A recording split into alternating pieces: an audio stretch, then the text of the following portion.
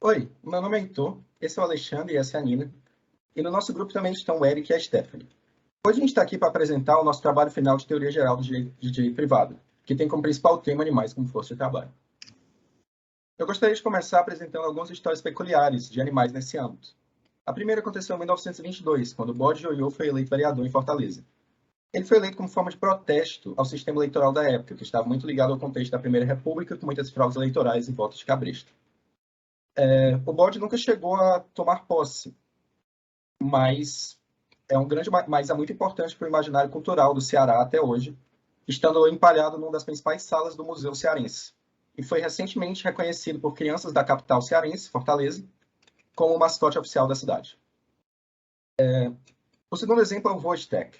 O Wojtek é um urso, foi um urso, que foi um recruta do exército britânico na Polônia. Ele recebia, é muito peculiar o caso dele, porque ele recebia o salário, mas como não tinha conta bancária, o salário dele era convertido em carne para a sua companhia. O Wojtek terminou a sua vida depois da guerra em um zoológico, mas continuou sendo visitado pelos seus soldados e virou um símbolo entre quem lutou com ele. Outro exemplo é o do macaco Tião, que era um macaco do zoológico da cidade do Rio de Janeiro, e curiosamente recebeu aproximadamente 400 mil votos para prefeito dessa cidade, em 1988. O macaco também nunca chegou a tomar posse. Além disso, a gente tem também o exemplo da rinoceronte cacareco, que era uma rinoceronte do zoológico de São Paulo, que recebeu aproximadamente 100 mil votos para a vereadora de São Paulo. Inclusive, o ex-presidente do Brasil, Jânio Quadros, que na época era governador do estado de São Paulo, disse que se continuasse popular assim, a rinoceronte poderia disputar o governo de São Paulo. O que não aconteceu, mas conseguir 100 mil votos para vereador já é uma grande conquista. É importante lembrar também que, no caso do macaco Tião, da rinoceronte cacareco e do bode Ioiô, os três puderam ser votados, apesar de não serem candidatos oficiais, pois o voto naquela época acontecia por meio de envelopes em urnas, cédulas em urnas. E as pessoas poderiam escrever o que quisessem nas cédulas, mesmo que não fossem candidatos oficiais.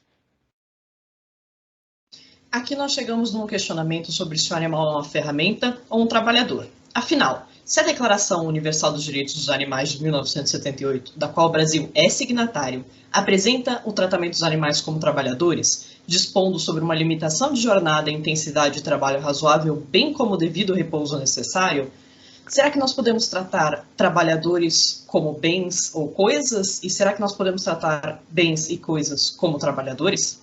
Não haveria uma incongruência aqui? Bom, é interessante, né, pegar esses casos assim caricatos e ter esses questionamentos, mas é importante a gente ter em mente a necessidade de encontrar um amparo, né, tanto teórico quanto legal, para a questão justamente da personalidade jurídica dos animais, né?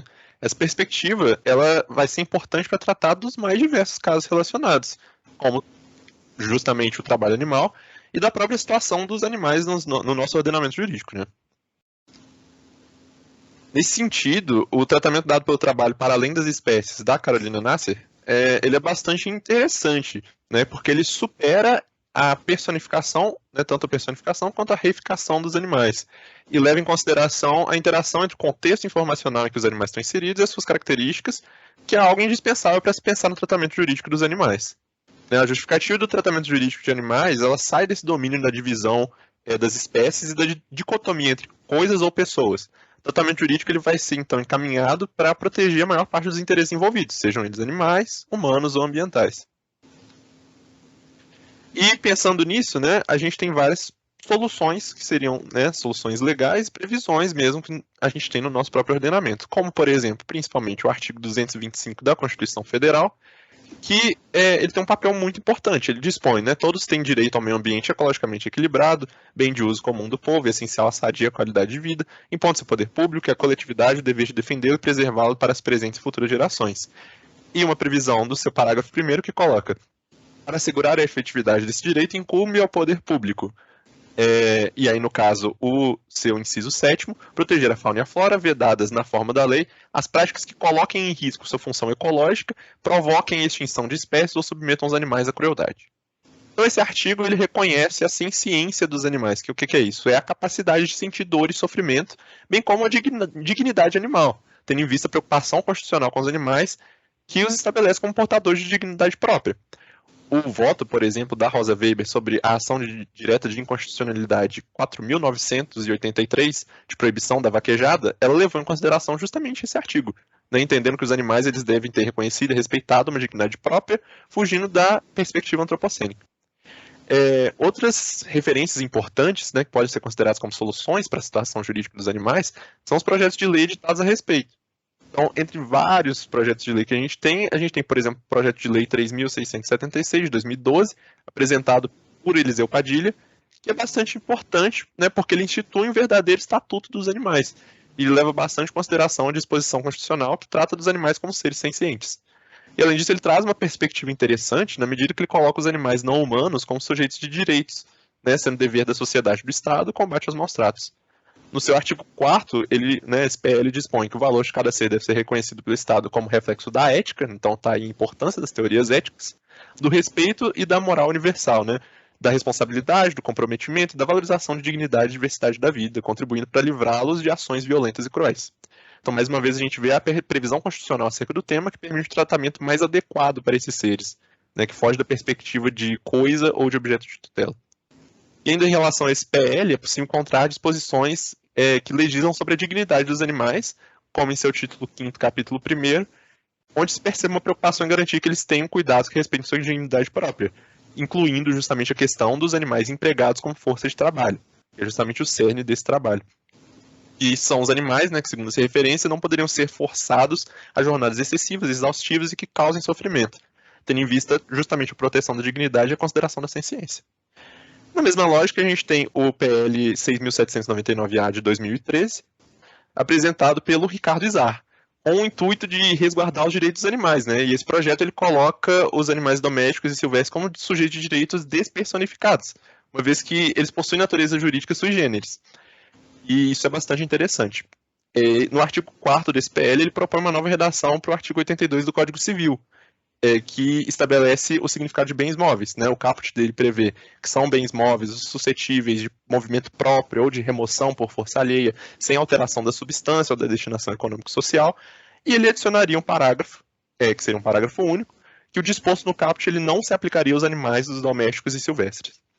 E essa lei ela se apensa ao projeto de lei número 7.991, de 2014, também do Eliseu Padilha, que propõe uma alteração, uma adição de um dispositivo ao artigo 2º do Código Civil, que seria um artigo 2A, em que diria: os animais gozam de personalidade jurídica sui generis, que os tornam sujeitos de direitos fundamentais, em reconhecimento à sua condição de seres sencientes. Em um parágrafo único, são considerados direitos fundamentais a alimentação, integridade física, liberdade, entre outros necessários para a sobrevivência digna do animal.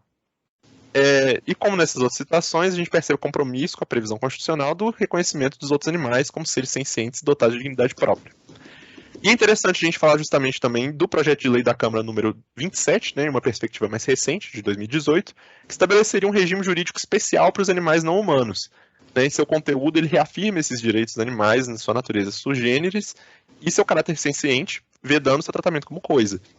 E ele repercute na lei dos crimes ambientais, né, a lei número 9.605 de 98, que por sua vez também repercute no artigo 82 do Código Civil, que colocaria, né, um artigo 79B no Código Civil, dizendo que o disposto no artigo 82 não se aplicaria aos animais não humanos que ficam sujeitos a direitos despersonificados. E a consideração da natureza jurídica sui generis, ela presente nesses projetos de lei apresentados, ela foi responsável por criar, não no Brasil, mas em Portugal, na Lei Portuguesa 8 de 2017, uma nova categoria para os animais, que é essa categoria, né, de sujeitos de direitos despersonificados. Seu artigo 201B, a norma ela acabou por afastar os animais da categoria de coisas e eles passaram a ser considerados como seres vivos dotados de sensibilidade e objeto de proteção jurídica em virtude de sua natureza. Na prática, essa lei acabou por não se concretizar e o tratamento dos animais ele continua se aproximando do mesmo dado para os bens móveis. Mas a gente vê, né, já é interessante ter essa perspectiva legal colocada, né, na lei de Portugal.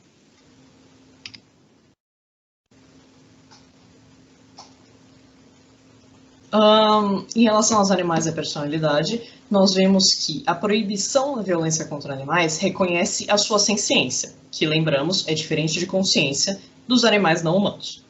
Isso leva a uma leitura constitucional segundo a qual eles não são meramente coisas ou bens, mas também titulares de direito. Dessa forma, a proteção deles é um dever. Aqui nós lembramos que o chimpanzé suíço é o primeiro animal reconhecido como sujeito jurídico de uma ação no Brasil, com a impetração de um pedido de habeas corpus para o primata, que infelizmente morreu antes do resultado da ação. O direito do trabalhador ou direito animal ao trabalho, um texto de autoria de Paludo e Petralha, trata sobre o assunto de uma maneira muito reflexiva. Diz: visto que o animal não consente ao labor, toda a estrutura do pacto laboral se compromete. Por isso, é necessário avaliar a possibilidade de inserção dos animais não humanos no direito do trabalho, ou se o direito animal terá que buscar em si próprio uma forma de regular o trabalho dos animais não humanos. Afinal, há escassos pontos de preocupação a respeito desse tema, tanto na legislação quanto na doutrina.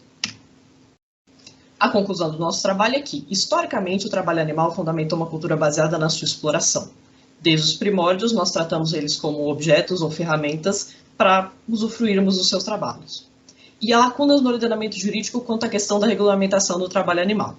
Apesar dos exemplos dos animais políticos serem cômicos, é preciso haver reflexões sobre se isso é uma possibilidade no nosso sistema ou se o animal simplesmente jamais poderá ocupar tal cargo. Ao longo dos últimos anos, percebemos que há um aumento nas tentativas de legislar, mas, novamente, ainda existem muitas dificuldades quanto à compatibilidade entre a legislação trabalhista humana já existente e o que nós tentamos legislar sobre os animais.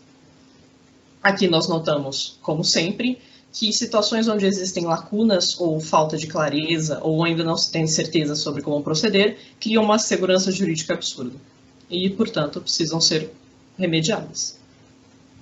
Obrigada.